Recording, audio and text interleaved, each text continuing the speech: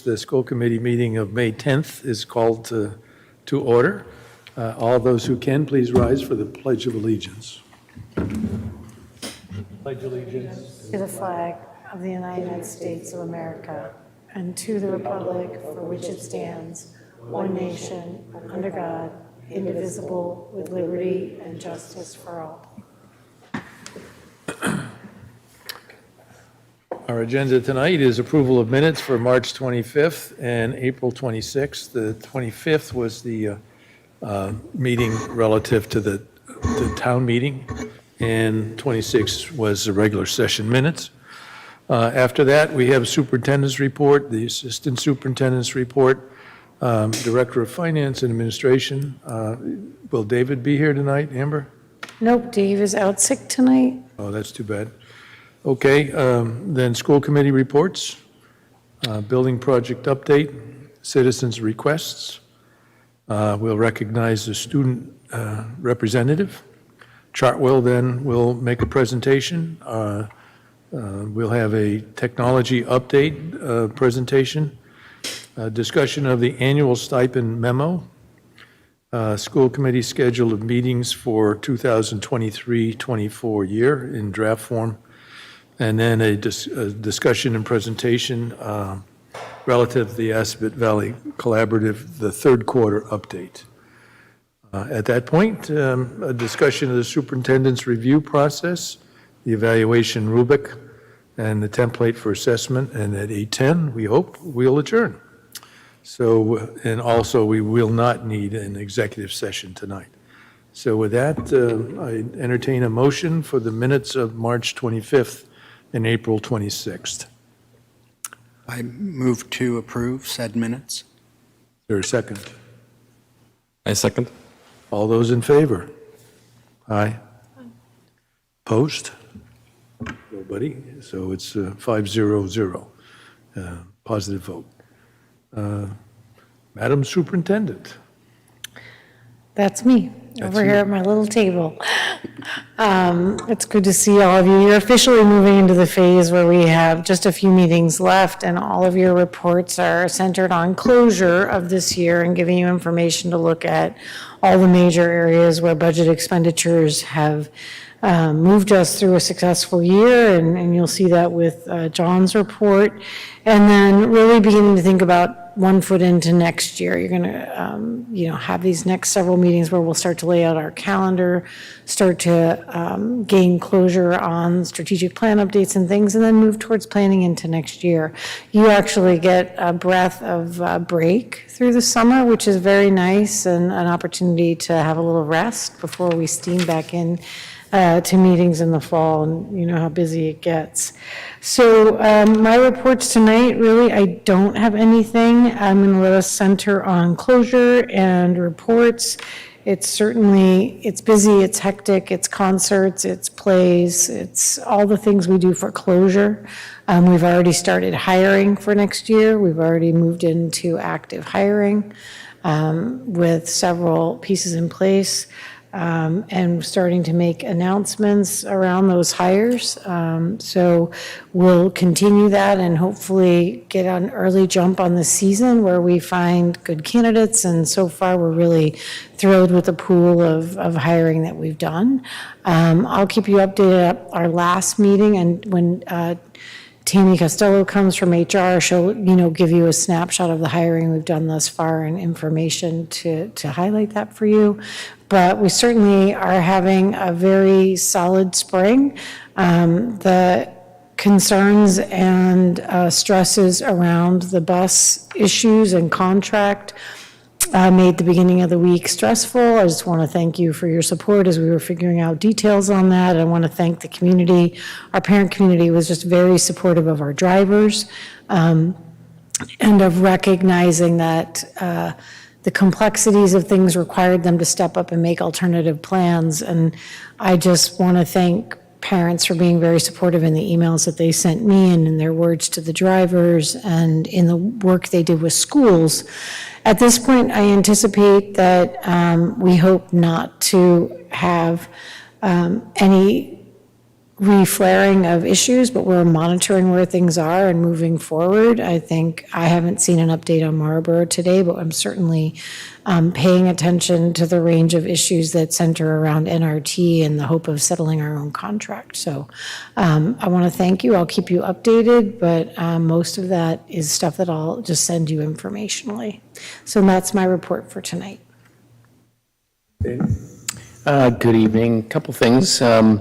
I was at the Armstrong School today, and the second graders were all putting the final touches on Going Buggy, which is, you're reaching the end of the year when Going Buggy is being performed. So, and that was fun to see. And also at this point, we're entering into discussions about class formation for next year. The access scores, which we always count on in the spring, have come in so that we know which students who are English language learners have graduated out of the program, and it gives us some read on how well the progress was for those students in terms of English language acquisition.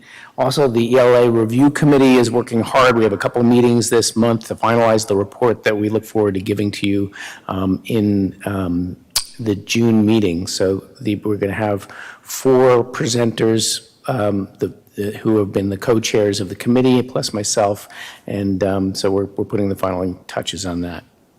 That's my report. Thank you. I can do one update for Dave if you would like, or on behalf of finance. Let me do that right now. I'm just pulling up some notes. Hang on. Just want to give you a highlight. So we have been able to, again, Dave is out sick tonight, but I'll take the opportunity to let you know that we have been able to successfully hire a new director of finance and administration. They have accepted the position. I'm very pleased to announce that we've hired Anita Patel. She will be joining Westborough in early July. She's currently the Director of Finance for the Grafton Public Schools and is looking to join us. She brings a wealth of knowledge with her 7 years of tenure working for the school district. She's also worked for the town of Grafton. Prior to that, she was a CFO in the Department of Veterans Services in Boston, as well as a CFO for the Office of the State Treasurer. Her financial skills are extensive, and I think she brings a really wonderful next opportunity for us as we continue to maintain strong financial relationships and work with the town. And I'll provide an opportunity for her to have some time to meet with you, get to know you, and build a relationship with you before we head into the start of the fall. So hopefully this summer, we can get an opportunity as we onboard her for you to come in and meet her and start to build your relationship with her. So very pleased that we were able to find her. She actually is a Westborough resident, so that's nice as well. I think she really just recently relocated to Westborough, and I think they're excited to be in the community, and we look forward to welcoming her. Thanks. That'll cover the finances. Good, thank you. School committee member reports. Eristrika. My report's a little bit longer today, just with all of the end of year events going on. But I wanted to start off by just touching briefly on the stuff going on with the bus strike. I've just noticed the discourse among students, not just in the high school, but also especially also along the younger schools, has been just really positive surrounding all of the bus drivers. The students maintain really close relationships with all of their bus drivers, and the bus drivers love the students as well. And I just think that's been really great to see, that everyone in the school community from a student side has been super supportive of all of the drivers. And I know who my driver is. I've known her for a long time, and I'm sure many other students have similar experiences. And now kind of more so about the end of year events. Gibbons is doing a field trip to the Kennedy Center for all of their different teams, as well as Tower Hill. And they have a chorus/orchestra concert tomorrow night at 7 p.m. at their auditorium. On Friday, May 12th, third graders from around the district are invited to go to the Mill Pond Mixer, and I want to thank the parent groups for organizing this event. And of course, like Dr. Mayer mentioned, we're looking forward to the performance of Going Buggy in late May, which I'm really happy that we still keep up with Going Buggy because I distinctly remember every single lyric from when I did it. I want to take the time to thank Kim Harden, who is one of the Fails parents, for leading the costume designs, as well as creating the backdrop for the performance, as well as Andrew Wickramonte, one of the maintenance team members, for constructing the set. And there were several high schoolers that helped paint and organize the set as well. There is also Field Day, which is scheduled for June 9th, I believe, and the third grade is ready to perform their version of Moving On mid-June. And all of the 3 elementary schools are getting ready for their third grade graduation, which I think is important to mention. We talk about senior graduation, but really I think the third grade graduation is where the fun's at. All the performances, everything, it's adorable. Now for the high school and AP exams are wrapping up this week, which yay, and MCAS is starting to ram up as we head into that part.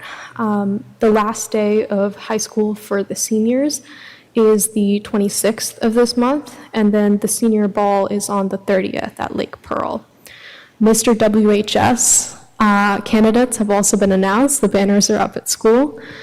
The baccalaureate will take place on the 2nd of June, and Mr. Martin, who is directing the event, is accepting auditions for performances/speeches at the event currently. Graduation is set for the 3rd of June, and I just want to put out a quick reminder for all seniors to meet their obligations, returning library books, leftover payments, all of that.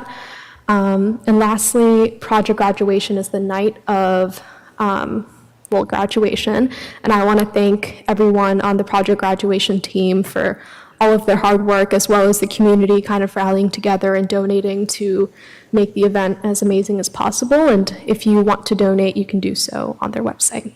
Thank you. Thank you. Jakub? Yes, hi. I have 2 reports today. First of all, I had the meeting with the Highland Electric Buses fleet on Monday. I sent a report to everybody. We can have a discussion maybe at the next meeting. So it was an introduction to the fleet, and we learned about the details of potentially applying for a grant, and there's a lot to think about and discuss. The second update I have, I'd like to bring attention to this project called Make the World a Better Place Philanthropic Entrepreneur Project. This is organized by Team Wonder at Mill Pond. I think Stephanie Garrett, she's behind that. The recent Iron Woman, I would call her an Iron teacher too. So this is, I don't know if you've heard about this project before. What they do is they encourage, all the 6th graders in that team. They come up with an idea for a business, and so they have to make something. They bake things, or they make something at home, and then there's an event where they sell it. This year, Stephanie thought of an idea on how to help students from less affluent families who may not count on help from their parents, and so she came up with a Shark Tank program. I mean, so it's based on the show. I had never seen the show before, but I participated in this today as a parent, and so all the parents were encouraged to come and act as investors, and every team had to pitch their business idea. So what's wonderful about this project is that it's within the ELA class, but they have to do math, they have to do social studies. And ELA, it's all combined. I think it's a great way to show students that all these things they're learning in school come together, and you can use it in real life. So I'd just like to bring attention to the people who are listening to show up on June 16th when those kids will be showing up with their businesses and selling their products to support them. Thank you. Great, thank you.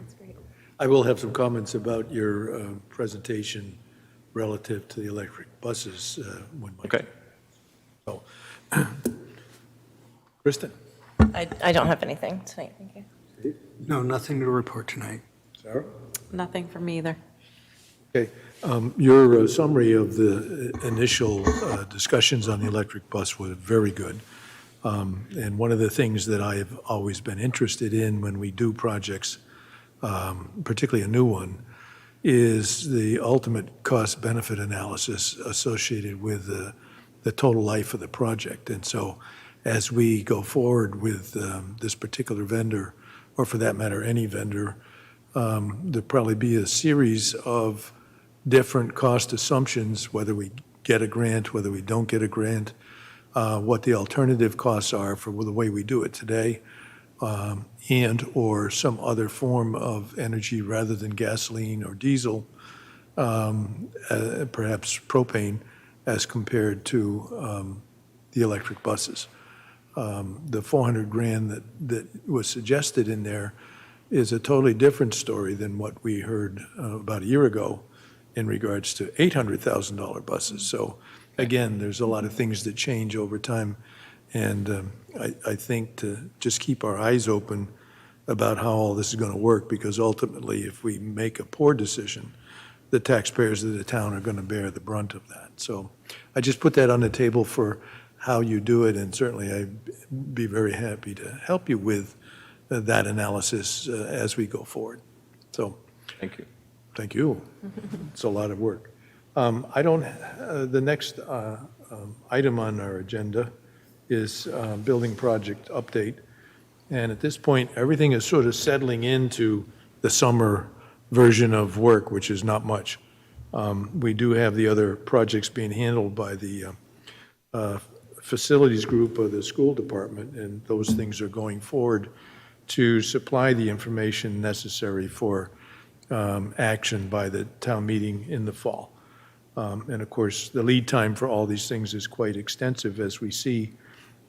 And so I think later on, either in this season or later on in the beginning of next year, we can have a report from Bob in regards to what's all going on with that program. But it is in the works, and I have seen the documentation dealing with the various engineering companies who are doing these analysis. So with that, we would come up to citizens' requests. Is there anyone here that'd like to make a request before the school committee? Seeing none, we'll move on.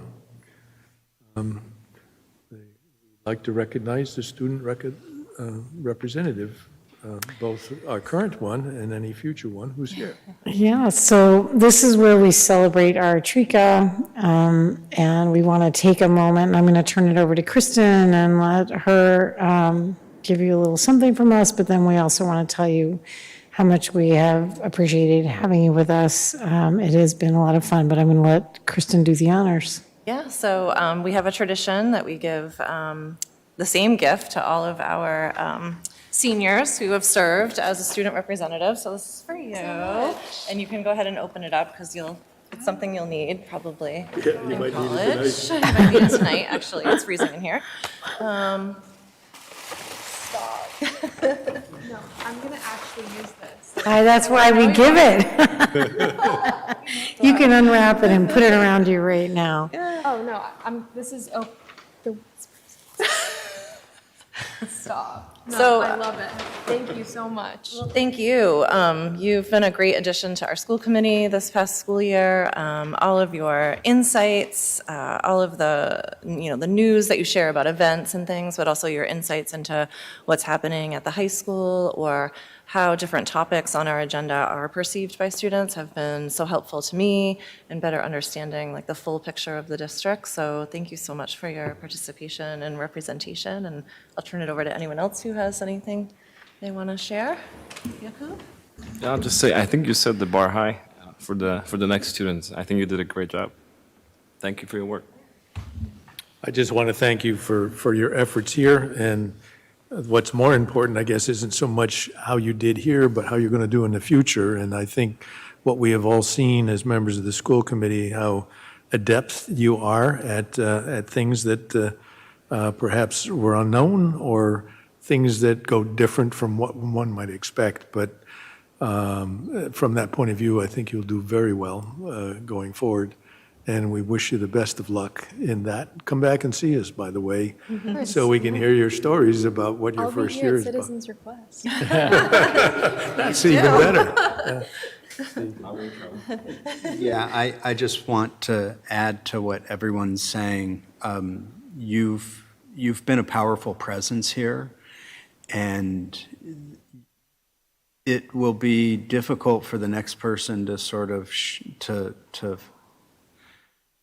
stand in or to sit in the chair that you've sat in, because you really have, as Jakub says, you've set the bar so high. You've just enriched us with your presence here. You've been so insightful and a real voice of wisdom from a group whose wisdom I think deserves to be heard and sometimes is underappreciated, because we as adults, and I'm saying this as a parent, we will wear blinders that we're not even aware of. And so hearing from students is so important for all of us in the community.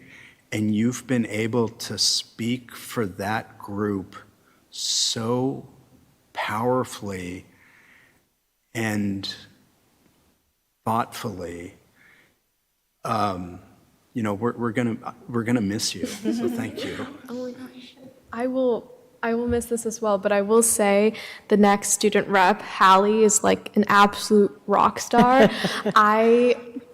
Maybe I shouldn't say this, but I've been wanting her to be this position for a while.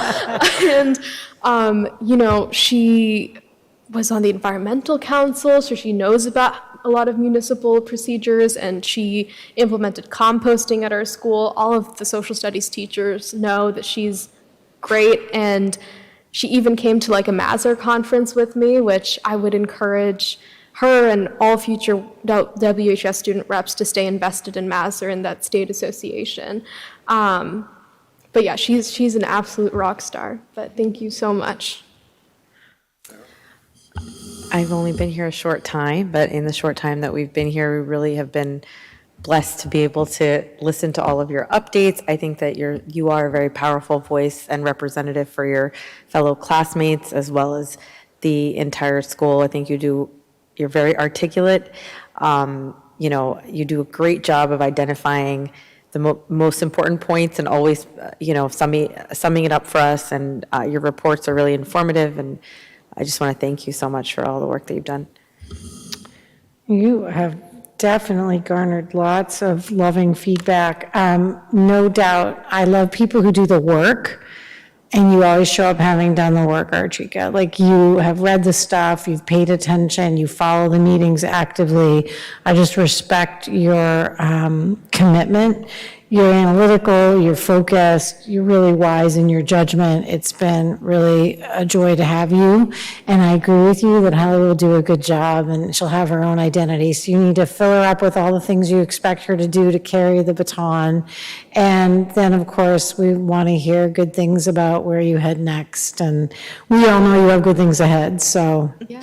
you remind me the world's in good hands. So I'm very happy that you've been with us. Thank you. No, thank you. I mean, I want to thank everyone here because you guys have been so supportive, especially near the beginning where it took me like about 3 meetings, I think, before I figured out exactly what I'm supposed to be doing.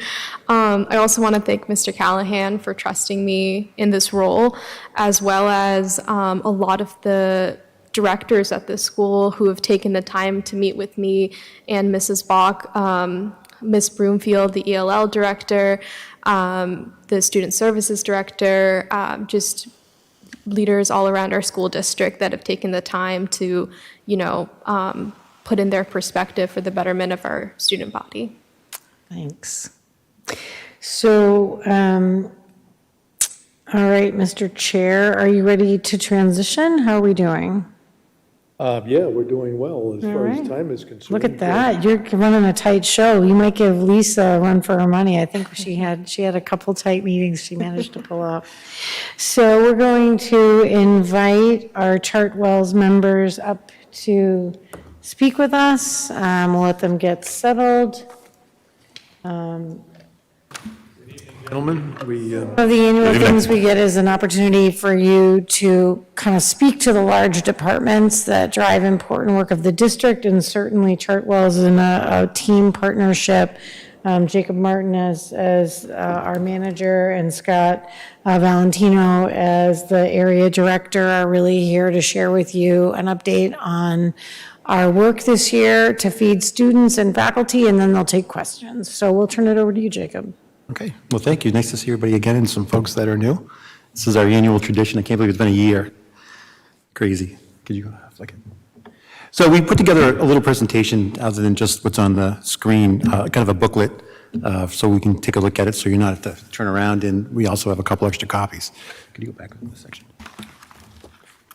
Am I supposed to go back one? sorry, I'll do just it. wanna- I think the battery's out. Well, Okay, so we get the next, I'll just do it. Just give me a nod. So which, yeah, next slide. Yep, that's Okay. perfect, the There we go. Chartwell's team.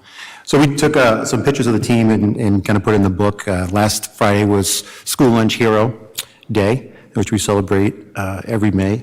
This next week, they're actually, during the half-day, they're going to celebrate here in the Forbes Building upstairs, or upstairs, right? Upstairs. Have some pizza and cake and kind of celebrate the ladies and gentlemen that work for us and kind of say thank you. We also have some of the region team, with the exception of me. I don't know why my picture's in there.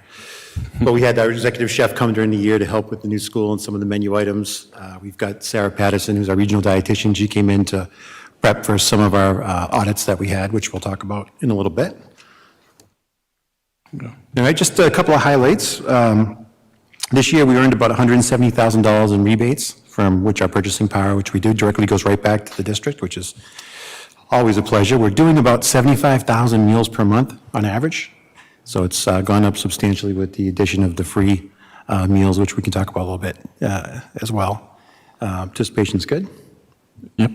Next, okay, I got it. there you go. You should just give up on that and All just right. give me a nod. No problem. Some of the highlights is we've done some student engagement events, which is called Student Choice and Mood Boost and Discovery Kitchen. We'll talk a little bit about that. District revenues are up about 1.7 from last year, 1.7 million. With the addition of free meals, participation is up almost 30% since we got back from COVID, which is always good. Breakfast is up. And then we had a great state audit, which every 3 years, DESE comes in for a pretty thorough audit where they check everything from menu items to what's being served to compliance to meal patterns to almost anything and everything from contracts to the proper meals that are being rung up to the proper ingredients to what's being brought in the door and how it's being brought in the door. So we did really, really well. That was in April. Yeah, April, we did really well, and the auditor was actually the director of the auditors, so she was kind of the big boss auditor, and she was very impressed with all of our schools and how clean they were and how friendly the staff was. Our two schools that got the deep dive audit were the Gibbons Middle School and Mill Pond Elementary, and her comments besides the compliance stuff were very friendly staff, very knowledgeable, knowing the students, being friendly, kind of knowing the in and outs of the students and what they really need. They were very forthcoming and helped throughout the audit. So the auditor felt very welcomed in our district, which for us in the food service kitchen, it's always an extra pressure, extra stress to do very well, and I think we really succeeded on this one. Yep. Okay, next page. So I can talk a little bit about composting. So starting in the spring of last year, we piloted a program over at Armstrong with some student partnerships, and after that going pretty well, towards the middle of the summer, we really started gearing up to spread composting throughout the 6 schools. So myself and the facilities team worked with the different principals throughout the district and figured out what worked best for each school. The elementary schools were more, an educational part with the principals and the teachers and the noon aides and the kids. In the kitchen, we were composting food scraps, celery, ends of celery pieces, pepper skins, things like that, cucumbers. And then in the cafeteria, all the kids were separating bucket, recycling, trash, compost. And then in the high school, the environmental group, I believe it might be the same girl as you're talking about, Haley. I had a couple meetings with her, and she actually put together a whole activity for the high school, and it was more geared towards getting the kids involved. And I think it was really nice how the district empowers the high school kids to promote these programs, push these programs. These are programs that kids really care about, and myself, I really care about this stuff too. In commercial food service, there's always going to be leftovers. There's always going to be food waste, and whatever we can do to kind of forward that limit and push that boundary helps us. And throughout this process, I learned, we're really at the forefront of true composting, where we're saving the scraps, we're purchasing different paper products that are compostable, and we hired a compost company that knows what to do, that they pick the food up, they use it in their own business and compost it, and it's truly reused. I think in Scott's world, I think one other district out of 14 are doing this deep of a compost, and I visited that district early this year in Manchester to kind of review and tailor our programs to their programs. So I think we're doing great, and we're going to continue next year and see how we can improve the program. Great. Okay, and then a couple things for this year coming up into next year, actually beginning in the fall. A couple things to bring to note. We have a program called Global Eats, which it's 6 different countries that are authentic food that's produced in-house with our staff. Example is there's a burrito. I would say there's a Mexican station that we will not only educate the authenticity of the food, but also produce like a true carne asada where it's slow roasted over a course of 6 hours versus a burrito or a taco. Or a stewed rice, which is authentic stewed tomatoes and rice from which are environments from. So it's pretty cool where the students can come in for that true week and have an authentic meal from that one station. It's just a station. If they don't want to go, they don't need to. It's kind of a neat thing. And it's also brought down to some of the elementary schools as well. Like we tasted something today, stickers, where it might be a roasted broccoli. When you go, roasted broccoli, but you put a little buffalo on it, it's a roasted buffalo, and the kids, they'll try it. And believe it or not, it's actually, cauliflower is a big thing too.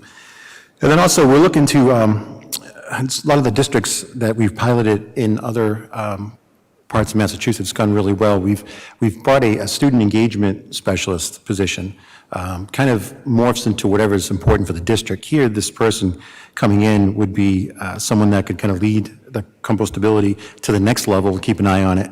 A lot of classroom education examples going into elementary schools and talking about why we have to have these foods and what the benefit is of breakfast and lunch and supper and things like that. And also just assisting with anything that the district needs from a community event, whether it be a local 5K or things like that. And it's really about focusing on making sure the production's proper, making sure the engagement's there, making sure our surveys are completed and done live. So we're looking forward to that in the fall. So that's what we got. Is there any questions we can answer? Free meal update?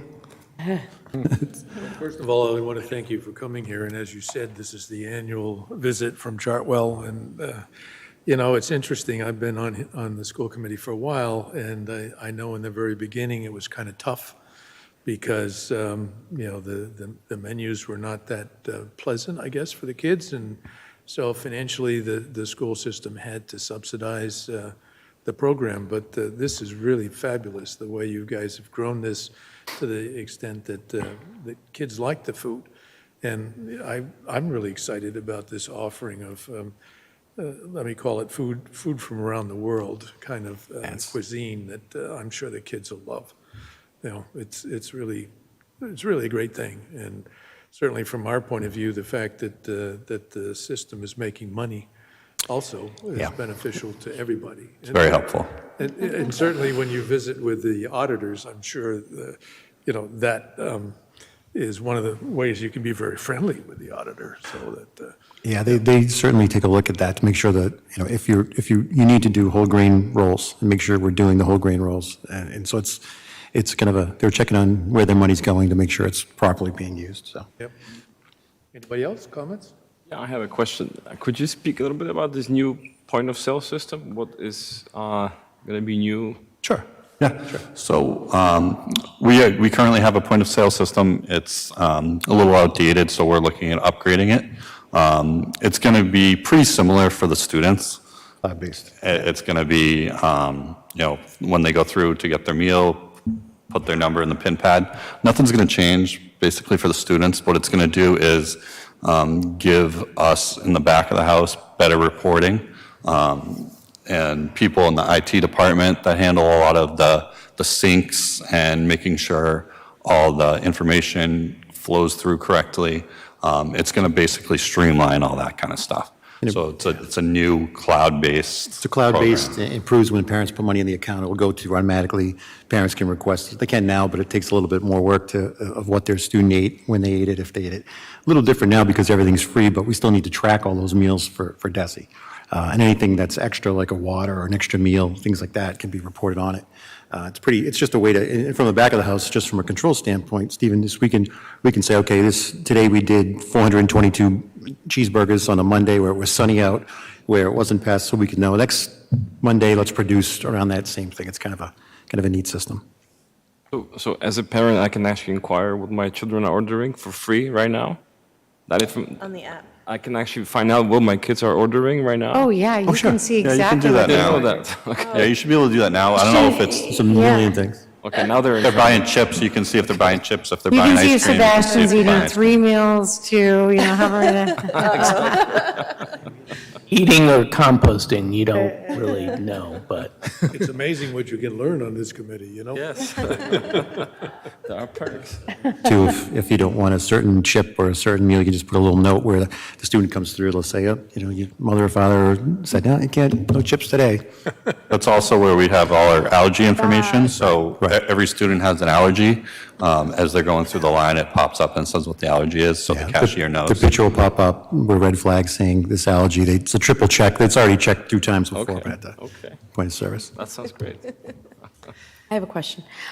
So are there any surveys or anything that are circulated to the kids to sort of get feedback on the food, if they're liking the food and how that goes? So that's one question I have. And then I have another one, which is, do you have a good handle on the numbers in terms of production? I've heard a few times, I know in, I think Mill Pond, where, the pizza runs out quickly or certain things. I don't know if that's post-pandemic, sort of trying to figure out what the numbers are, how many kids are eating or what, but I wanted to get an idea of that. Yeah, so as far as the number of kids eating, we do about 2,500 a day for lunch out of the 3,900 students. I know at Mill Pond, they do batch cooked pizzas, so, they're cooking pizza from 10 a.m. to 1 p.m. So, the numbers are always increasing. As far as surveys, I know we can put some surveys out, but that's also part of the student engagement position where they're going to be in the front of the students doing tastings. What do you like? What don't you like? Things of that nature. So. Yeah, the production for the pizza and the burgers, the overall free meal, then we have a cheese pizza, pepperoni pizza, specialty pizza, hamburger, cheeseburger, chicken sandwich, or whatever the main meal is of the day, and a salad and a sandwich of the day, say at the high school. So if to track each one individually and to keep those productions up, we do the best we can, but it's always if everyone happens to hit the cheese pizza today and opposed to the sandwich. So it's a menu mix that we still do. And with that program, it's kind of a weird concept. I think it's more of educating someone to say, you may not have the pepperoni pizza, but we also have cheese, maybe a bacon ranch, or take a look at the salads or the sandwiches. Through the NutriSlice app too, you can kind of see that as well. There's also on the NutriSlice app, there's a survey where you can rank each food, if you like, 1 to 5 stars, and we get a report from that. So we'll know if we try a new food and it's not a hit, we'll replace it with something that's We did a survey a couple years ago, every couple years. I mean, it can pick up opportunities. Like, we got feedback, people wanted more vegetarian meals. Like, we've shifted that based upon the trends. And usually the servers are listening to kids and what they ask for and what they like or don't like, and they give feedback to Jacob in that loop of the kid loop. And I think one of the things, just to a shout out to Jacob, is that I feel like I know that our serving team feels like he listens to their feedback and has helped them do a better job adjusting menus at the building level based upon the interests of students. And I think that's really kind of that on the ground piece. But certainly if we feel like we lose a rhythm of what people want, we can always put out a survey for, more feedback. I wanted to ask about the student engagement specialist position. So you said this is like something that's being implemented across different school districts as well? Yeah, down in Connecticut, we started, not in my districts, but in a few, we've tried it, and we're going to roll them out in a few districts next year. And in those districts, has that position traditionally been like full or part-time? It's split between two different districts, so it would probably be here. I also do Tantascwa. Okay. And Sturbridge, so they'd be probably back and forth from a geographical standpoint. But like out in like a Bridgewater to Weymouth, they might do the same. So it's kind of split where they're here 2.5 days a week. And is that whoever's taking that position, are they mostly focusing on like the younger grades, or is it like? It's on everything. It's classroom education, the younger grades. They could lead up to sampling things that I talked about in regards to the elementary schools. It's kind of a growing position where you can kind of flow into whatever is needed. If we're doing a student choice event at the middle school, they can certainly lead that up. If it's a compostable meeting, they can be there for that along with Jacob, help training in the staff. If it's a new item that's we're bringing in. Great, thank you. Thank you. Anybody else? Krista? Just thank you so much, and I'm glad to hear that the audit went well. And I do hear wonderful things about the staff, like how friendly they are and accommodating. And I do see at the elementary level they do a lot of just chit-chatting with the kids and getting to know them, and that's really important. So thank you. You're welcome. And there is two bills on the Senate right now. One's for free next year, which they say 99.9% is going to pass for all free meals next year. And then there's also one on for permanent, like Maine has now, which we'll see. That would be huge. I mean, I think as we finish up tonight, I think Jacob is an excellent partner, and Chartwell's has been a strong partner for us, and we're always looking at ways to make changes to our food delivery. One of the things Jacob and I are starting to talk about and work on is continuing to do meals for families with food insecurities through the summer. We're trying to be innovative on that. The state requirements make me pull back from using their boundaries, and we have to decide if it's something we can do on our own. Like, there's discussion at play so that we can run it in the Westborough way we feel like is best for our families. We're looking at different innovations. I mean, the breakfast program has been very successful and has gained a lot of traction. I mean, you arrive at Gibbons in the morning, it's like 100 kids in there eating breakfast. So, there's been some really good changes across the district in the last several years. We tried like a grab-and-go snack grab for high schoolers before sports. That didn't fly, but we might come back to it. I'm very interested in farm to table. I'd really like us to be using locally grown foods, but there's parameters with the state, so we have to find out all those types of things. But I think Chartwell's is always willing to think about it and to work with us on ways that we can grow our own food and still meet the requirements, things like that. So it's exciting. I have one last question. How early is the menu for a given day available to the students? It's a month out. It's a month out, yeah. So I work on menus a month ahead of time, and we post them. I'm currently working on June's, and probably next week I'll start working on September, because what Chartwell's has us do is do a lot of pre-menuing and pre-ordering, and that helps us get the correct products come fall, where the distribution companies are shut down as far as school food during the summer for the most part, and then they're gearing up in the fall, so we get the best available product. Yeah. And the supply chain is getting better. The vendor that we use about a year and a half ago was having an 80% fill rate, which means they were subbing out 20% of whatever we ordered just because of the supply chain issues. They're up to 94 now. So it's getting better. They're building back up there. So one of the things I just thought about in regards to your new point of sale programming is the ability for a kid to say, at this coming lunch, I want an X out of your menu. So that in fact, you might get a better feeling for how many cheeseburgers you're going to sell that day. You know, I mean, you have the opportunity of just now programming it in there based Yeah. on the menu you've created. So, There is discussion of a pre-order system as well, which they're piloting now, which could be pretty cool. yeah. Yeah. So that's great. Anybody I have else? Another question. With respect to all the foods that are left over at the end of the day, so aside from scraps and things, but just food that's left over, does that just become part of the composting as well, or what is done with that food? Some of it is, the kitchens in our district, they do a really good job, when you're talking about production. We have to fill out production records for every single thing they make every single day. And the managers will go back, okay, last week I had mac and cheese, how many did I do? How many, if I ran a little short, I'm gonna make a little more. If I ran a little too much, I'll make a little bit less. Things like that. The staff does eat, if there's leftovers. Some of the more creative chefs in the kitchen might make something else out of it, for the following day. If not, it will go into composting. So, and that's where it's truly full cycle. Did you share tables? Share tables? Yes, and then at Fail School this year, actually, we started a share table, which prior to COVID was kind of a big thing, and then it went away. But the idea is that the students that don't like a certain component, maybe it's a yogurt cup, maybe it's a cheese stick, maybe it's a bag of carrots. At the Fail School, we have a specialized table dedicated to that. So if you're a student, you don't like carrots, I'm gonna put my bag of carrots here. If your friend next door at the table loves carrots, they can get an extra portion of carrots. Yeah, So that gives another. Anything another sealed, thing. milk, yogurt bars, things like that. And we're looking at rolling out to some of the other schools. I've had preliminary conversations with principals that are thinking about doing that as well. One of the things that can be frustrating about kind of governmental structural reimbursement systems, as you all know, they have to do the meal a certain way. And if a student doesn't take a certain thing, then the meal isn't reimbursable. And so, it can be frustrating if a kid wants to take a pizza but no milk. They have to take the milk even if they don't want it. And so there's a structure to the design that creates a certain amount of waste. We struggle with that and systematically try to come up with ways that are within the parameters of food control systems to let them share.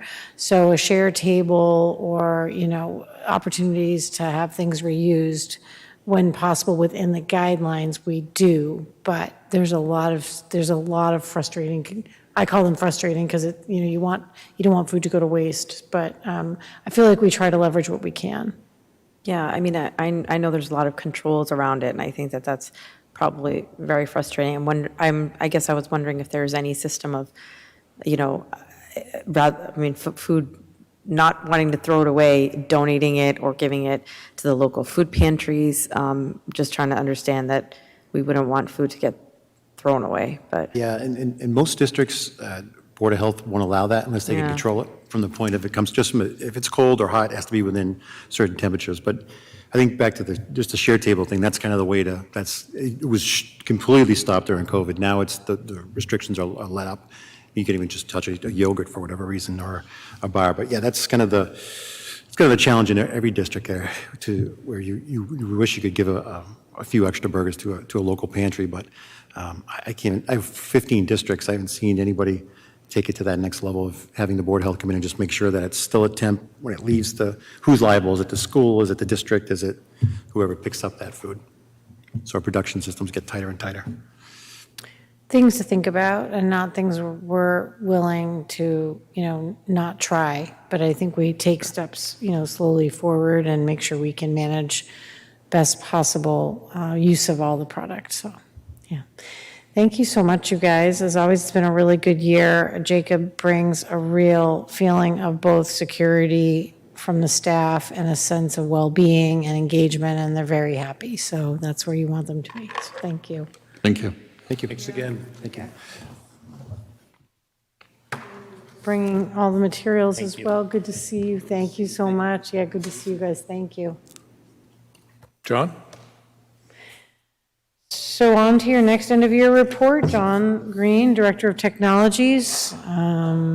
man behind the screen, behind the curtain, who makes it all happen. He's not always behind the curtain, he's also out in the field, but if John, what I know is that 24/7 John's busy, and so it's a pleasure to welcome him. I feel like the district is in incredibly good hands under his leadership and his team. So he'll present, and I know we'll have a good conversation about his department. So I'll turn it over to you. Thank you, and thank you for taking your time this evening to have this conversation. I appreciate it. It's good to see you all. So I believe this is my 9th year in It Westborough? is. It's our 9th year. We came in together, yes. Yes. Haven't done this in a couple of years, so I'm happy to be here. So quick overview of the presentation. It's going to be short, so it's kind of who we are as a department, what we do, and a quick review of our budget and some of the trends there, some of the challenges we're seeing this year, looking ahead at what's new, and then looking ahead to the next following year. So we are 17 FTEs in our department. We have a mix of school year plus and full year folks.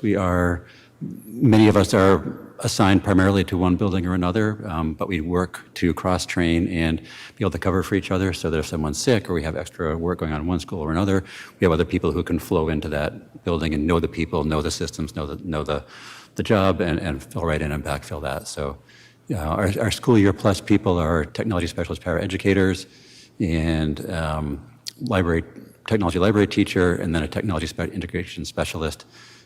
That splits between the middle school and the high school. And then our full year folks, computer support technicians, and then some district folks who do AV, who do networks and servers, data specialist, data architect, and me. So some of the physical things that we do, or we are responsible for, we kind of joke, if it plugs into the wall, has a blinking light, or makes a noise, we know how to operate it. So this includes all the student devices, teacher devices, desktops, laptops, tablets, document cameras, Wi-Fi, classroom, digital signage, servers, internet and routing and security, all the physical stuff that has blinking lights, does make noise, and it does plug in. And I think copiers and printers should be on there. If they're not, yep, there they are. So that's all the physical stuff that we touch and we manage and we take care of, and we track and inventory and maintain and replace and cycle and all that fun stuff. And then in the virtual world, we do our PowerSchool server, which is our SIS. That's kind of our primary central point of contact. And then we do identity management, our Google stuff, various curriculum, Seesaw, and other curriculum and apps for students and teachers, our web hosting, our communications, our records managements, back-end office stuff, mobile device management, computer-based testing. So all the fun things that use all this technology and make all those lights blink. So this is our budget numbers for the last 3 years, and then looking ahead for the 2024. So you can see we've been going up year over year, and there isn't necessarily one particular thing driving the increase. Some budget lines fluctuate here and there; they go up and down from year to year. The hardware line has been going up pretty well. That's as we're adding in more tablets for one-to-one for the K-3 students. We're adding in classroom technology, updating projectors, doing Wi-Fi upgrades, and those kinds of things. So that's an overview of kind of the 4 big buckets of where the budget is and where the money goes from that. So a little more detail into those 4 buckets. So hardware is what you'd think it would be. It's laptops and desktops and iPads and Chromebooks and all the physical stuff that way. Supplies and repairs, those are consumables and accessories. So whether it's projector lamps or gaffer's tape for AV, or thumb drives and just stuff that gets used, and also includes repairs, whether it's contracted repairs or parts and materials for repairs that we do in-house. Software is licensing for user and curriculum and productivity tools. So that's our Google stuff, our PowerSchool, our Microsoft site licenses and mass communications, Zoom and various other communication, things like that. And then maintenance and support, this is our licensing for our IT stuff and our technology and our back end. So it's support licenses and support contracts for our servers and for our storage, for our network stuff, for our Wi-Fi, for all that fun stuff, so that when a piece of equipment stops working, we have a quick and easy pipeline to get that replaced so we don't suffer from downtime. And just a quick share of total budget for each category. So again, some fluctuation. We can see the hardware line's been climbing up. The supplies and repairs has been climbing up. The software has been going down. And the maintenance and support's been going down. So it's, averages out pretty well. So some of the challenges we've been having recently, so we've been struggling with inadequate vendor support for our Wi-Fi. We're having localized performance issues, especially at the high school. So we've been really trying to work our vendor as hard as we can and still not getting the satisfaction we're looking for.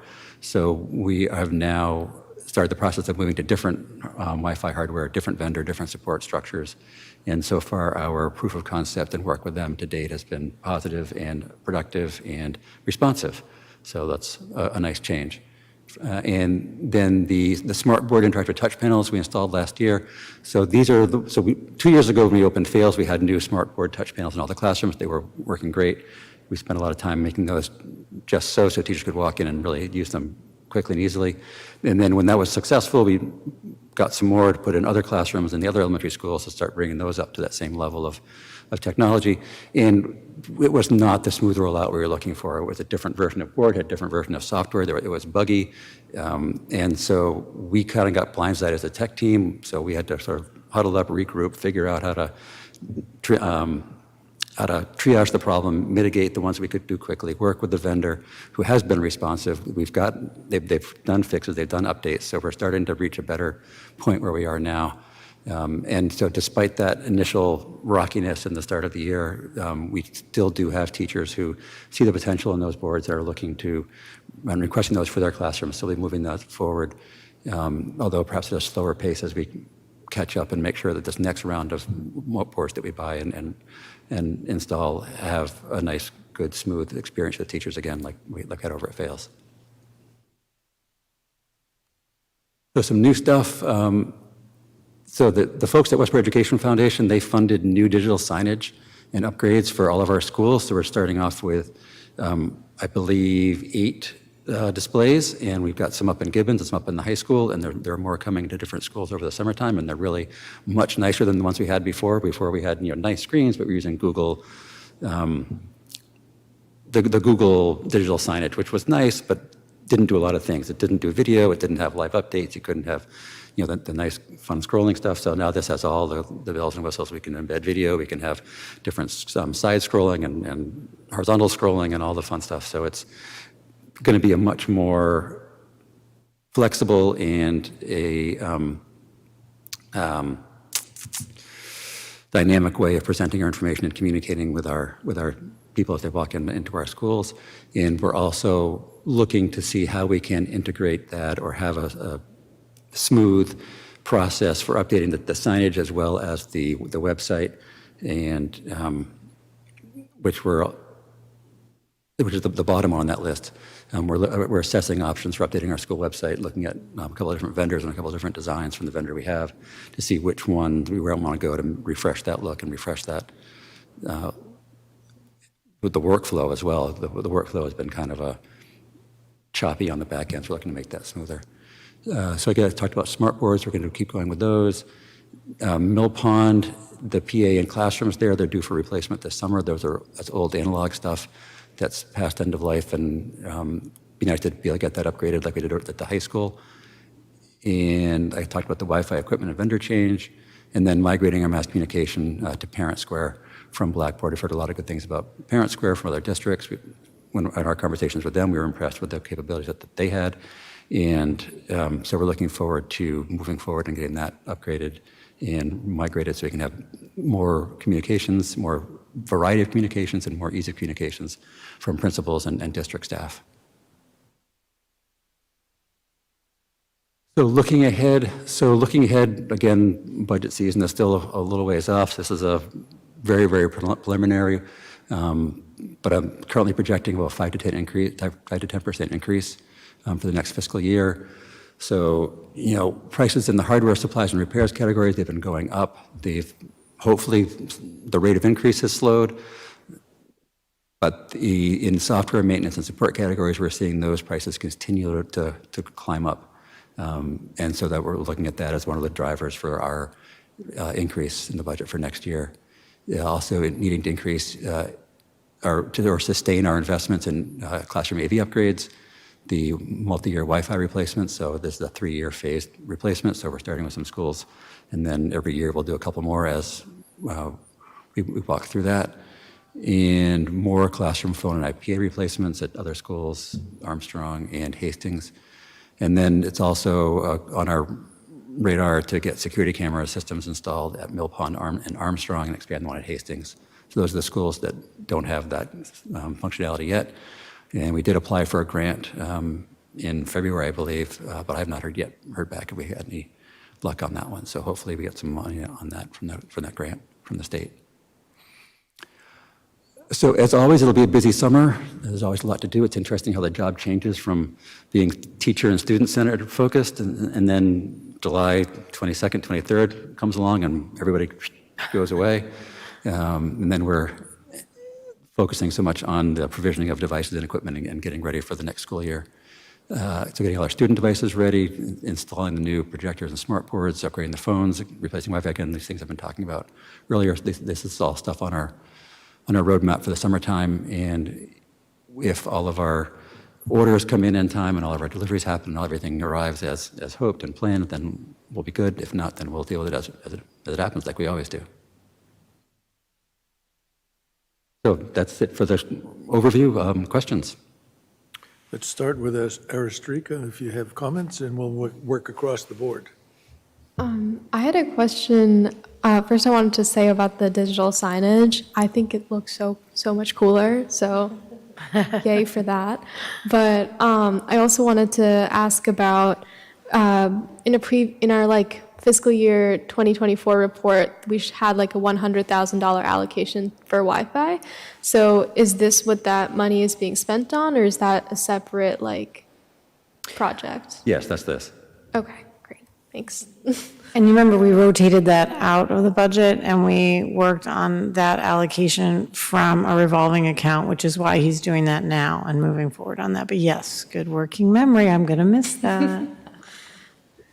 Those are young brain cells across the way, I just want to say. You definitely, that's exactly what John does well, which is to look at how we can leverage different expenditures at different times, break down things into pieces we can move forward on in different parts of the year, and then block big expenditures that you put into the budget. And then, we gave him an increase as well in his base budget that we didn't pull out, related to those increases you see in those cost expenditures. Great. I mean, that's great to see. I know a lot of my teachers are they're like, we saw in the school committee report that they were going to put more money into Wi-Fi. I'm like, yeah. Yeah, no, we know the high school needs it. Okay, I guess it's my turn. I just have two questions. The first one is, so there's an increase for next year of $60,000, no more than that, over $100,000 in the hardware expenses. So could you just speak a little bit more to what's driving that number? So driving that number will be the Wi-Fi, the smart boards, and I think that year is going to be kind of a larger the year than usual for teacher laptop replacements. So when we did our teacher laptop adoption, we did it quickly over just a couple of years, which means that they all got old at the same time just in a couple of years. So over the intervening years, we've been trying to spread things out a little bit, make some last a little bit longer than for the 5 years, so we can spread that out and try to make that a little more even. So I think next year is an up year, a larger year than usual for the teacher laptops. So what happens with the old devices at the end of their use in the district? Yeah, so the old devices, we tend to redeploy those within the district. So we get Chromebooks, and then we can redeploy those elsewhere, whether they're coming out of the high school. Then there are elementary schools that sometimes are interested in having Chromebooks for the younger students to try out, as well as other staff members, or just kind of fill in gaps in places where we need them. We have good luck with our MacBooks and our HP laptops. Tend to get the full 5 years out of those. And then when the recycling truck comes to pick up our stuff, it's, boxes of cases and shells and disassembled and fixes. We have a student intern now who's taking some of the older ones that are broken and disassembling them and fixing one or two, taking two or three and making one out of it. So we tend to, squeeze every last little bit of that we can out of them.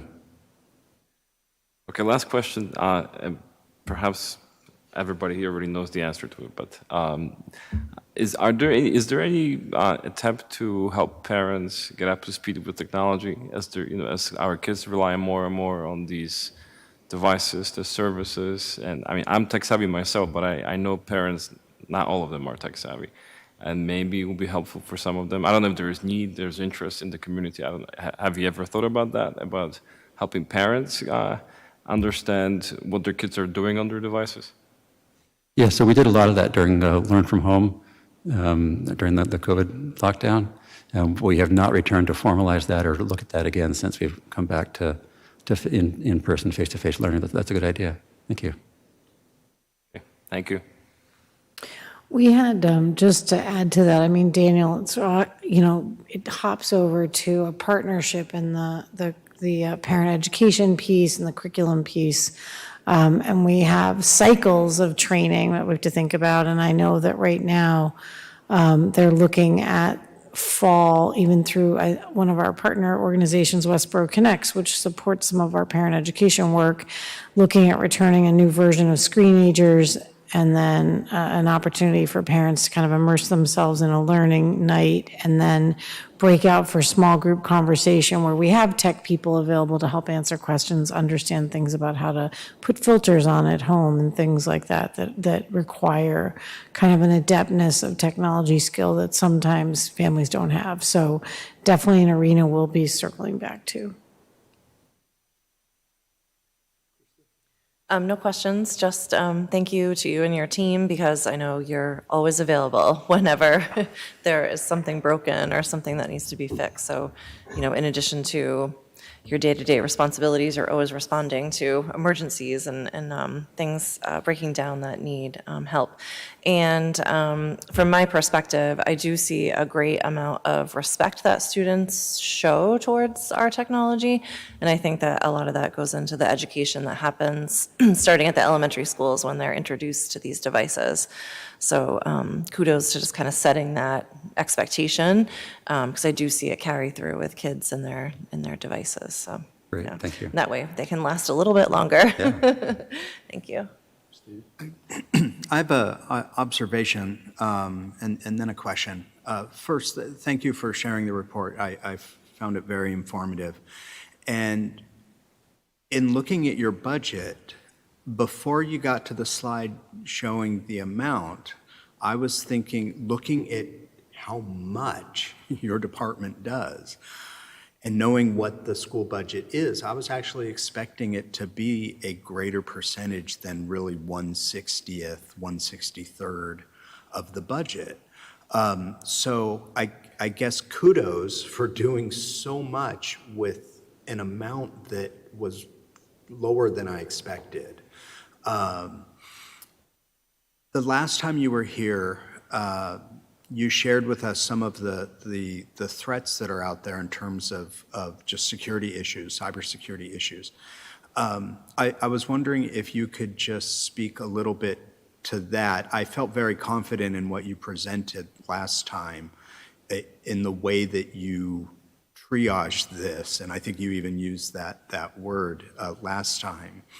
But I was just curious if you could just speak a little bit to that, the way that you go about managing the threats that are out there, especially given that this is fundamental infrastructure, and yet you're using a tiny percentage of the budget. So I'm wondering how you work through that. Yeah. Lifeblood. now, I know, what right? we do.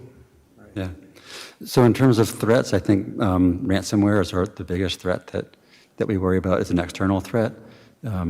I don't worry much about internal threats from students and staff. We've had some student misbehavior. We've had some interesting capabilities from some of our students, and Capabilities.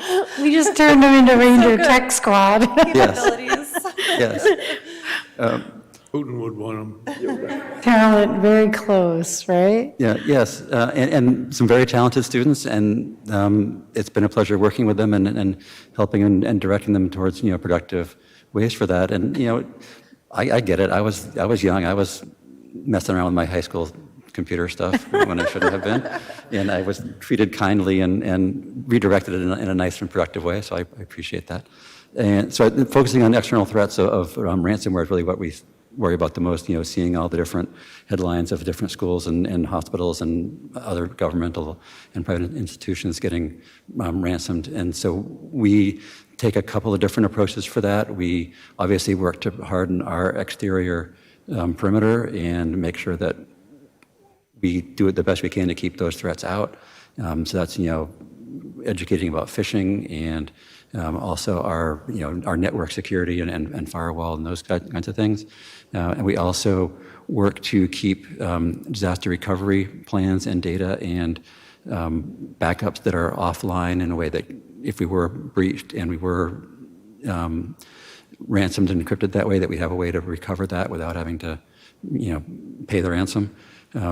So that's how we approach the ransomware, and we have multi-factor authentication for our key IT accounts. So I think those are kind of the ways we think about that and deal with that. Sarah? If you could just refresh my memory, I'm trying to remember about Mill Pond now, and also, so starting in Mill Pond, it's one-to-one iPads, and starting in, is it from the 5th grade, or is it starts, I'm trying to remember how those are allocated in Mill Pond, and then Gibbons. I know in the high school that they do laptops, or they were doing laptops, and now I think you have to bring your own laptop. So there was some transition that happened there. I'm just trying to refresh. Yeah, and I apologize, I should have had that in my report because that's a key feature of how we operate. So big picture, so K through 6, students have one-to-one laptops. We have one laptop for each student, K through 6. And during the pandemic, that's when the K3 went one-to-one. And since they've come back, their iPads stay at school, they don't go home. At Mill Pond, the iPads went home during the pandemic, and I believe they're still going home now, 4 through 6. So 7 through 9 is our Chromebooks, district Chromebooks that they get in grade 7 as they start grade 7. And then 10 through 12 is bring your own. We have we have devices and programs and methods for helping families who can't afford to buy their own computer, or so that no student is left out and is missing. So it's an important piece that makes sure that everybody has what they need. And I think the structure originally, when John designed it, was in looking at students coming across different technology frameworks. So the iPads and the app-based work really is a great fit. And then when we shift to Chromebooks, they move heavily into Google Classroom, which they're also using heavily in 6th grade, but then the device changes and they get a different opportunity to leverage. Some of the typing capacities shift, that type of thing. And then really looking at the design at the time, it was originally both philosophical and financial, that we felt that then by the time students were entering into 10th grade, we wanted them to select the device that was the best fit for them, get comfortable with it, get good at managing it on their own, because that's a life skill, and you head out the door to the next thing you're going to do, and you have a device you know how to leverage and manage, and I think those are important life skills. And so you see the adeptness of that through high school, and then we have a really strong infrastructure of backup for students who need backup devices during the day or selective other choices if it's a hardship for them to get their own device. Most of my questions have already been answered by the questions asked here, but one of the things that occurred to me, particularly looking at the budget, is, and you may have already answered it in part, but how do you decide that it's time to either retire a piece of equipment or for that matter, basically discard it because it doesn't perform what you need to, and then get into a new device or a new series of software? Yeah, so it's, we basically look at residual value of the device and the cost of a couple different types. So if it's like a user device, a tablet or a laptop, we look at its typical lifespan, we look at the condition it's in, and if we tend to have a planned cycle upgrade every 5 years for teacher and staff laptops, and that seems to be a good number of years. By the time 5 years are through, they're pretty much used up. The batteries are not so good anymore. The teachers have had enough of them. They're ready for something new. And of course, by that time, we've had 5 years of processor upgrades and memory cycle upgrades and whatnot. So the new ones coming in have a lot more functionality, a lot more capability. So at that time, we take those out and either refurbish them and redeploy them somewhere else where we don't need quite that level, or we work on the repairs. And then for infrastructure, whether it's servers or Wi-Fi or network switches or those things, we work with the equipment through the manufacturer's lifespan. So the manufacturer will have a life cycle where the 5 years of sales, and then 3 years of post-sale support, and then 1 year of that, and then after that, no more. So we work to get all those things replaced before they end and fall off of the manufacturer support. So we want to make sure that the equipment we have is always up to date in terms of being able to run the most recent security updates and updated firmware from the vendors. So we work those through and maximize them out to the end of their life cycle. Great, thank you. Anybody else? Very good, thank you, John, as always. Thank you very much. Have a good evening. Thank you so much, John. It's an amazing department. It is just a real amazing department in terms of philosophy of being. The devices serve education, they serve the students, they serve the purposes of learning, and the infrastructure of the team is so seamless. They are everywhere. And I think their capacity to make things feel seamless here is pretty impressive given the thousands of devices that are circulating daily. And I just want to echo what Kristen said. I think the education structure and what good families and students we have, our break rate is low, our loss rate is low, our recycle rate is high because people care for their devices thoughtfully. But we've also built in, thoughtfully, John's department has built in infrastructure over the years of clear information to families, training and onboarding, and we've created a culture. And it took us several years to do that, but there is a culture around technology here where families and students start to educate each other. And then you get into something that really creates a district that has a dynamic infrastructure for technology use. If the Wi-Fi gets shaky, everyone complains and but seamlessly, you get so used to it. It's like when it doesn't work, we all start hemming and hawing, but it's kind of amazing to me just how seamlessly they solve our problems. I just want to give a shout out as well to the infrastructure of the technology Ranger Squad and the student support.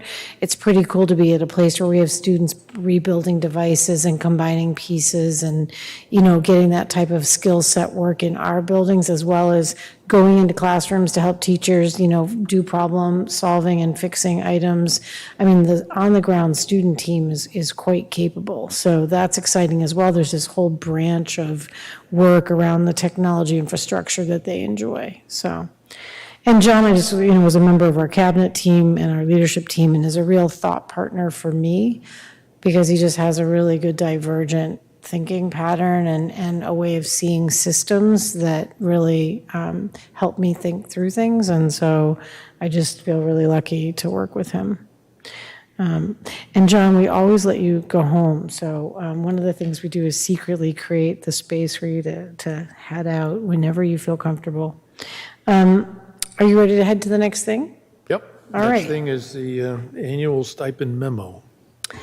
So this is just informational, oh wait, is it the stipend memo? No, it's school committee, annual stipend memo, sorry. So annually, at the end of the year, we bring forward to you, the stipend committee is a subcommittee that is a voting committee of faculty and admin and school committee member who serve on this branch of implementation around all of the stipends that are part of the salary line item budget and contract. And so I just want to give a shout out to this team. It functions, we call it the Happy Committee. They come together, they keep meetings to a minimum, they come in, they do that work.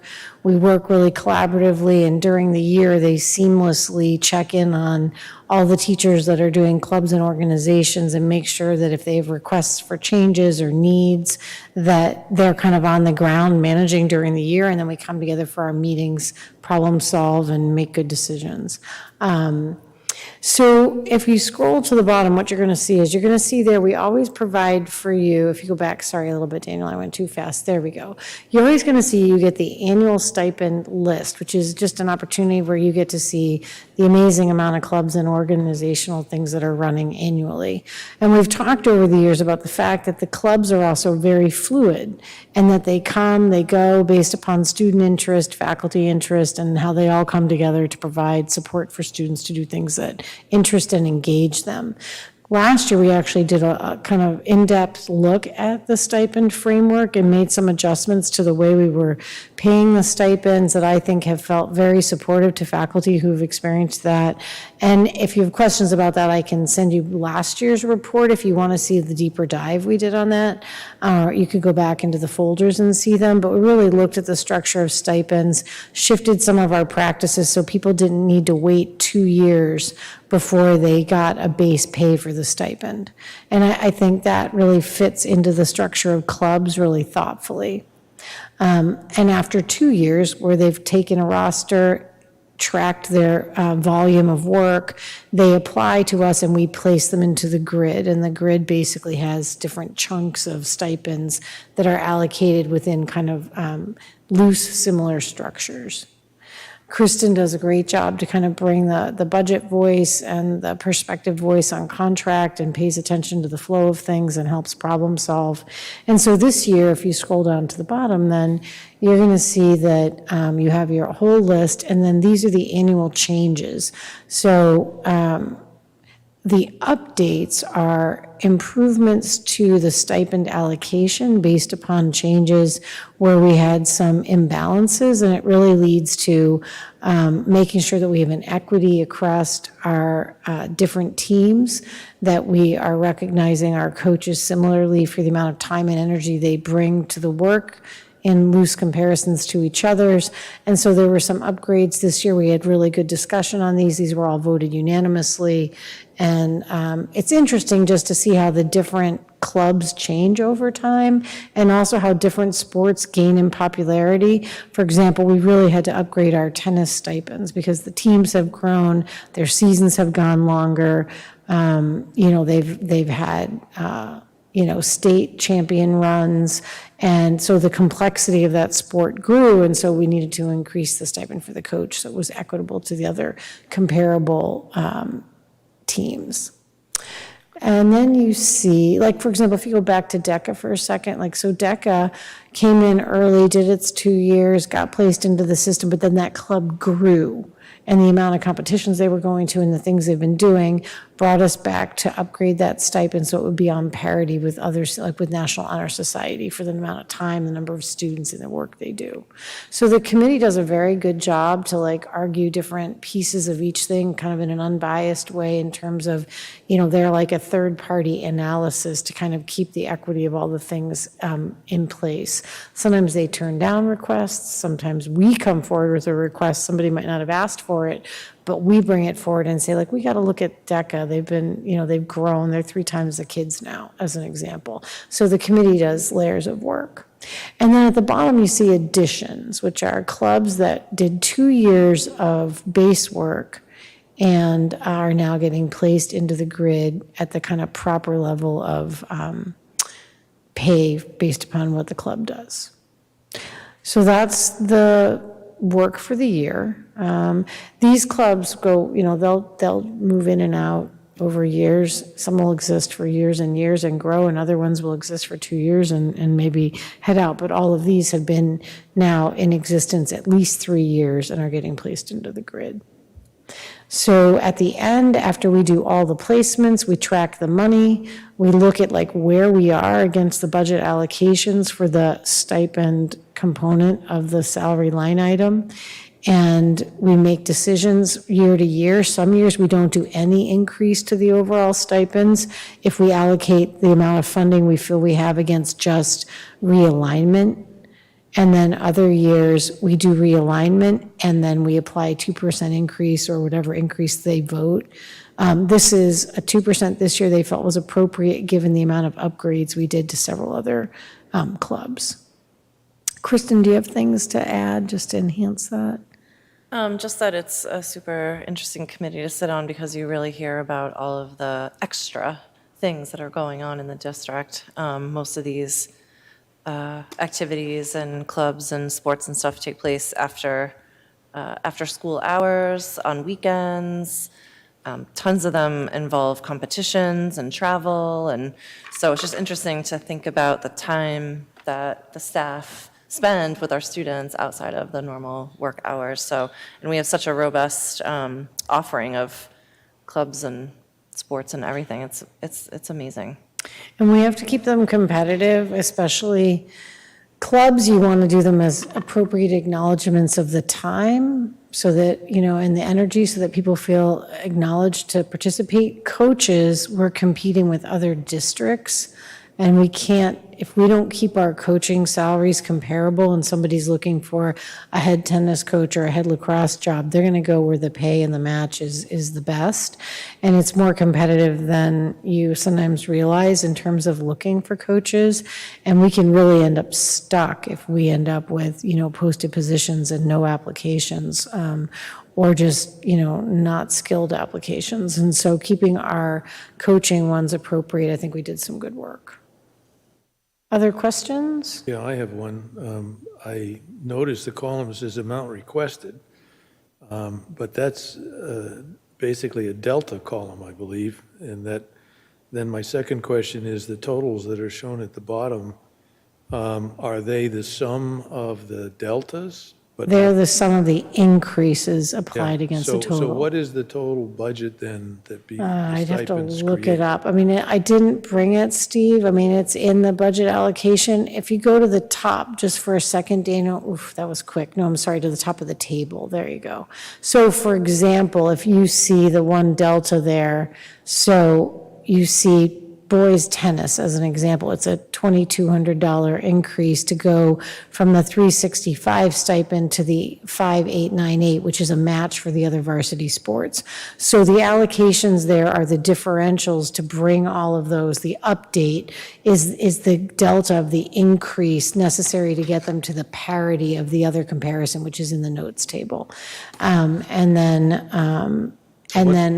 What does the 2% represent on the the bottom? 2% represents, so we, at the end, and Kristen, feel free to help me out. At the end of looking at all of these changes, when we voted them, we looked at what that amount would be. And we said, okay, if we make all of these changes, we add the clubs in, we make these allocation updates, what's the expenditure in the total? Then we looked at what total percentage had been carried over for the increase of all stipends. We also looked at stipends that didn't run. And so you're always like, you're looking at some positions each year there's some clubs that don't run and other ones that come in. So the pool of funding allows us to sometimes, add and subtract club year to year. And at the end, we look at all of the clubs and we say, okay, for all clubs and teams, do we have a funding allocation that we can do an increase to all of the clubs?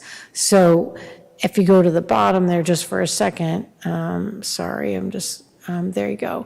So after we looked at the change, we knew that the delta for the increase this year would be the 25,000. And then we looked at, okay, do we have funding allocation across what we allotted, which I think it was like we brought over a 4% when we budgeted allotment to help us carry in some potential changes so that we would be able to navigate the contract, and then we had money to apply a 2% increase. So it was kind of like, we did a 2% overall. Some years we've done parity to what the contract allocation was. Some years we've done zeros. This year, the parity, if we did it against the contract, would have been 2.5%, as an example. We didn't do that. We applied a 2% increase to the stipend pool overall, all right, and then within the total allocation had funding available to do that. If we felt like we didn't have that, sometimes we've zeroed those over several years. So we applied, that you're seeing in this portion, that we applied the 2% increase to just the 25, but we also applied it to the whole stipend pool. Yeah, so at this point, certainly it's informative to see what the changes are, if you will, in the stipend list.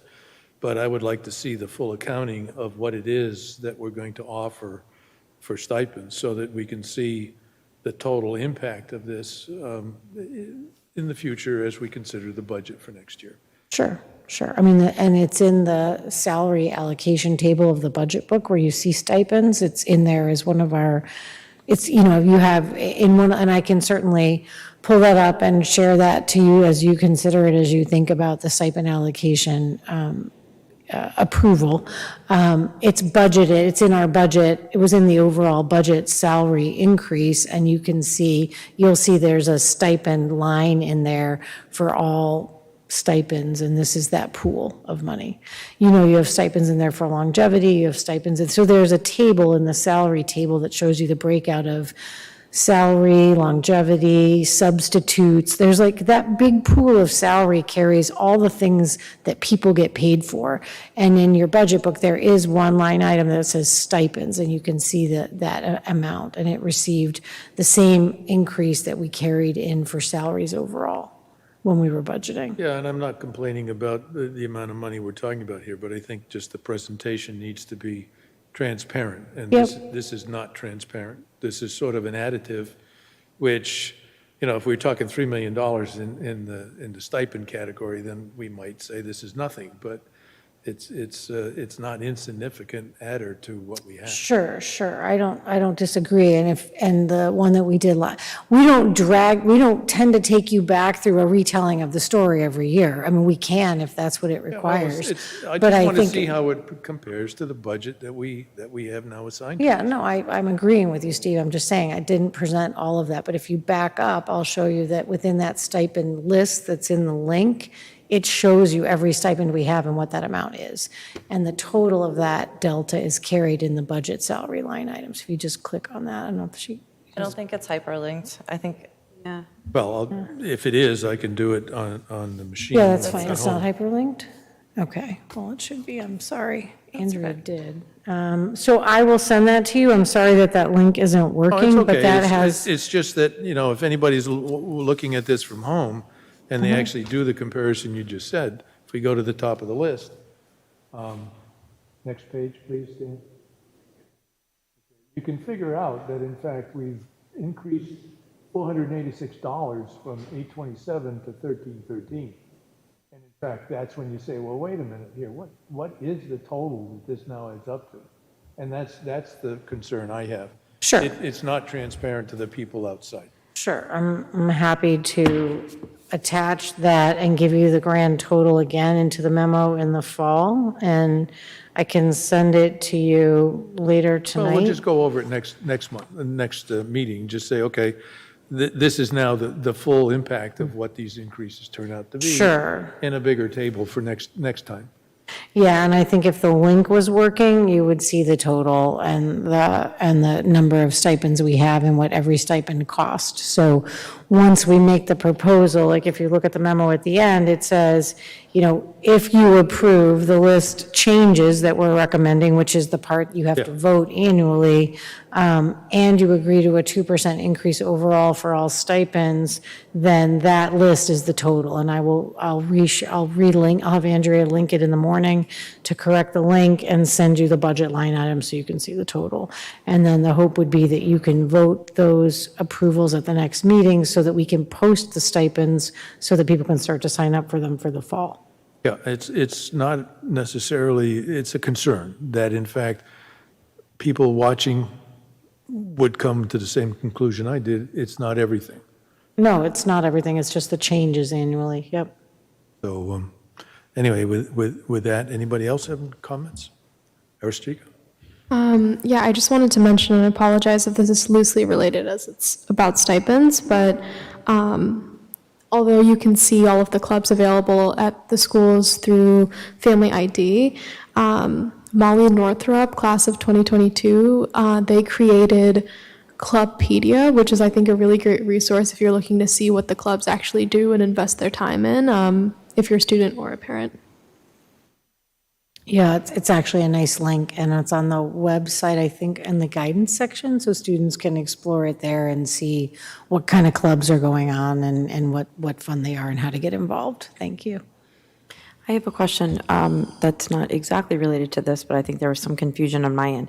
So the stipends are specifically relating to, the payment for the advisors essentially, or the head coaches. What about, for the actual clubs to use for buses and other things? I know you referenced it when you were talking earlier, so I'm just trying to understand the money allocation there and how that is determined. So this is strictly the stipend discussion as it relates to paying the people that step up to do that work. We also then support through student activity fees, the coverage of buses. We do some from budget, we carry some in transportation budget, and we carry some in Johanna's budget, some in Chris's budget. So allocations to cover whatever's necessary for the enjoyment of all of these events we do, as well as the student activity fee, which covers some aspects of, for example, one of our athletic trainers. So you use a combination of funding sources to make sure that we can accomplish everything we want to. Buses, uniforms, entrance fees, all the things that are a component of participation are paid for from student activity fees. So that revolving account supports the participation of all of our students in those events and buses and those types of things when they are, now not all times, it depends, like sometimes it depends on what the allocations are. Sometimes they'll cover something on their own where they used to do a lot of they used to do a lot of like dues collections and stuff like that. So what we've done is stabilize that over time where basically the student activity fee covers those types of things, the rotation of new uniforms and everything. And then this is strictly the payment of the people. Does that answer your question? No, it does. I wanted to understand if there is any outside. So are they self-sufficient, meaning that the student activity fee covers all the expenses of the club for? Overall, it depends, like robotics does some fundraising as well. DECA does fundraising to defer costs. All of the clubs, based upon what they do, student travel, like if they're doing a branch of more extensive, types of things, they'll do fundraising. Sometimes they'll pay for part of their travel. We'll pay entrance fees, uniforms. So there's a balance of kind of like how we support all the organizations as they do the things they need to do. Some also do fundraising to get, like robotics does supplies offsets, although we cover the vast majority of it, but sometimes they do specialized donations that, companies want to sponsor them because it's kind of cool and they want to do that. Yeah. So it's a balance. And then everything costs different amounts. Like some sports are hugely expensive. You've got, hockey and football, which are very expensive, and other sports that don't cost a lot. So your pools of money, just make sure that what we do is make sure everybody can do what they need to do. Right. So I guess that's something that interests me is to understand how any general pool funding is supplied and how it's allocated to the different clubs based on need or based on, what exactly is the rubric for that or how is that done? That's something that I just was trying to understand. I don't know if we. Yeah, we can put that, we can just put it on our list of discussion. It's really implementation of the budget sources and students, activity fee basically covers the vast majority of those expenses.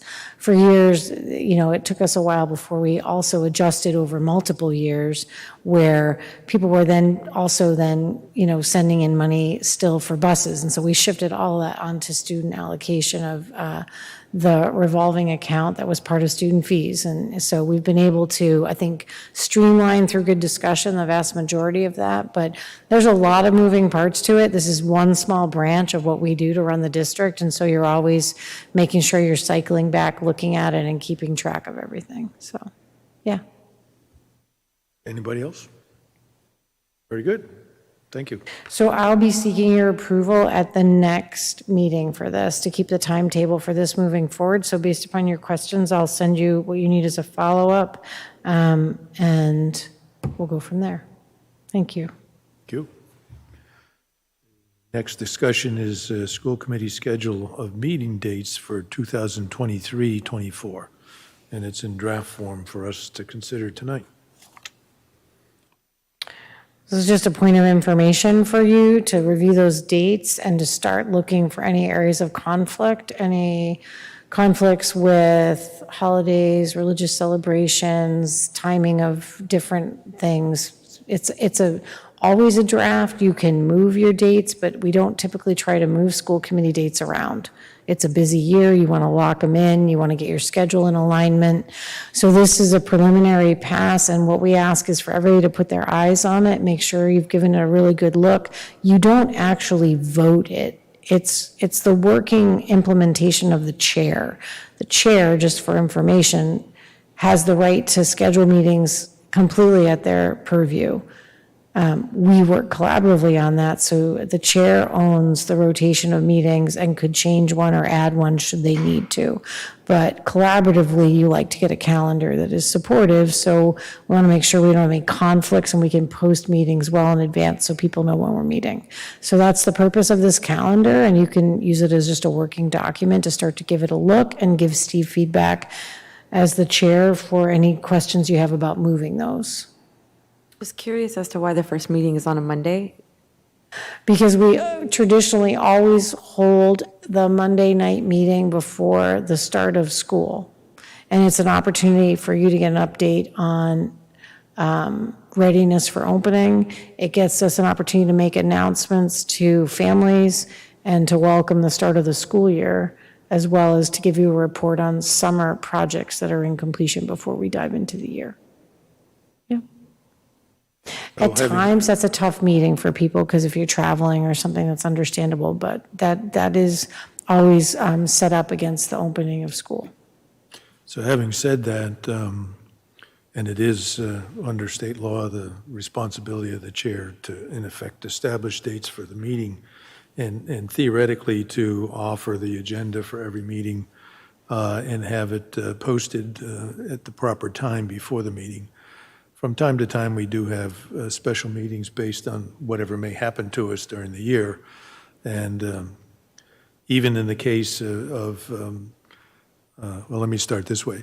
It usually takes 2 days to post a meeting, two plus days, I should say, to post a meeting.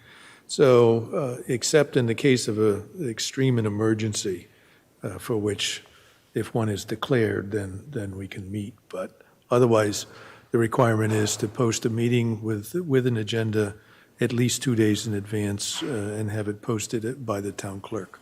So that's the reason to establish these as soon as we can, so that the posting of them becomes routine. So, as Amber said, the thing now is for all of us to look at it and see if there are any constraints or problems with the dates that are shown here with any of the issues you may have. So we can talk about it at the next meeting. Any other comments from anybody? No? Okay. Next is, I'll get there. Next up is the annual report 3, and you'll receive a 4th report, which will be the Aspet Valley Collaborative Budget, and that will meet our 4 annual reports required by the state for those participating in membership within the collaborative. And, typically, we acknowledge these, make sure it's built in the minutes. I can say that the collaborative's funding increases are all typically very reasonable. They try to keep them, if you consider the fact that we've been talking across the industry about an anticipated 12% increase, this organization could have put in a 12% increase. Because the allowable anticipated hope of, all the discussion they've had around all these out-of-district costs, that's the benefit of a collaborative. You see that right in front of you right now. They're anticipating operational increase costs at 4% overall for the vast majority, 5% for room rental, again, minimal increases if you look at the cost of those, and moderate increases to rates of minivans and different pieces around operational work for transportation for some of that work. And then you see one arena where they actually show a 6% on one of the items, and the occurrence of that relates to the fact, that's for the SOAR program, relates to the fact they actually forgot to carry over one of the increases for last year based upon contract allocation. And so they have to build the differential in this year, which is why the cost of those two items show an increase at 6.73 and 6.72. Again, I think the collaborative board voted unanimously in support of the increase, given that they felt it was very proportionally conservative in comparison to what we're seeing around the other private allocations where students might be placed. What class of member are we on this list? We are active fee-based members of Aspet Valley Collaborative and can participate at the rate of the membership cost. Did I answer your question? I'm sorry. Well, maybe. There are categories under the blue column, the light blue column of OSA member, OSA and M member, SOAR member, and so on. So I'm trying to figure out where do we fit in that list. So, yeah, thank you. So OSA is a program, and there's a cost for members and a cost for non-members. So you see the differential there. We pay the member cost on everything because we are members. So if you take that first one, we would be the 350.46 for a total tuition of the 63,000 versus a non-member that's going to pay 70, almost 72. Okay, So for that members, pretty much gets us through the light blue, the green. What about the evolution, tier 2 member, et cetera? What are those? Do they apply to us? we have, again, same structure, tier 2 member, we pay the member price on each of those, member for summer, non-member for summer. If we enroll students, and you can see we get a measurable discount for all of those. It's just the enrollment level of where a student would enter the program. We're a member. The tiers Yeah, okay, tiers so that's a respond to where class this- of yeah. The how tiers are the Placed. different structure of program, not the cost. Yeah, for each of those, you'll see they call tier 2 member, tier 2 non-member. So those are just program pieces of evolution, because those are complex students with multiple needs. And so they have variable program designs, and they bring those students together, but they also have to separate them programmatically based upon complexity of needs. But across all of these allocations, we get the member value. Okay, well, that helps Yeah. to understand what Yeah. this table shows us. Yeah, I mean, it's a program value that we get by being a member of the collaborative. We also then pick up the value member of joining the Accept collaborative. And you can see if we place 2 students at either one of these, we get a cost break based upon the membership and the value added of programming that's, more cost effective. So again, to summarize what this means to us, what would our cost have been last year for the collaborative versus what it's going to be under this new budget? I mean, it's variable based upon the student enrollments we place there, and they change year to year, just like out-of-district tuitions. I mean, currently, we do have students programmed with ABC, not a large number, but they're currently doing all the assessments for placements right now, and students might make changes. So what we pay membership-wise in terms of participation in program changes with student needs. So there's always a total. When Sherry does her report, you can see when she looks at out-of-district placements, and then she also has collaborative-based placements. So those are all part of budgetary allocations through tuitions, and it's all part of the budget book breakout where you can see kind of what we're carrying at any given time based upon where kids are programmed. All right, I'll restructure the question. Does the budget that we had voted at town meeting cover these increases? Yes. Okay. Sorry, I'm not following well tonight with, I feel like we're out of sync. I apologize. Yes, I mean, we budget a giant amount of money for tuition allocation, and we pray it's right. I mean, we've lived in that. This is one part of that pool, and it's part of out-of-district tuition money. So we do our best to call it correctly and to make sure that we are being really thoughtful about, we've budgeted $400,000 of unanticipated tuition coverage. And I believe at this point that, that will do it, hopefully. Okay. All thank you. right, so that's the, again, part of the annual update, and you're going to see their overall budget allocation and presentation in the Q4 report. Anybody else? Okay, let's move on then. Something near and dear to your heart right now. Yes. So this is really, again, the purview of the committee. Tonight, we get to the stage where, you need to use the document that I provided you that gives you the timelines. And I don't know if Andrea relinked it. I have to look. I don't believe she did. These are just the tools that you use. At the last meeting, I presented the timeline and the table for which you need to bring information to the chair. I will present at the next school committee meeting, or the next one. I think it's actually 2 out. We have 3 left. And I will present summative information that I laid out for you in that memo. You'll then pull that together. You'll add your comments and thoughts and send them to the chair, and he compiles those into these documents. The purpose of these documents tonight is to make you familiar with what they look like, familiar with the expectations of the framework, and then you should review that.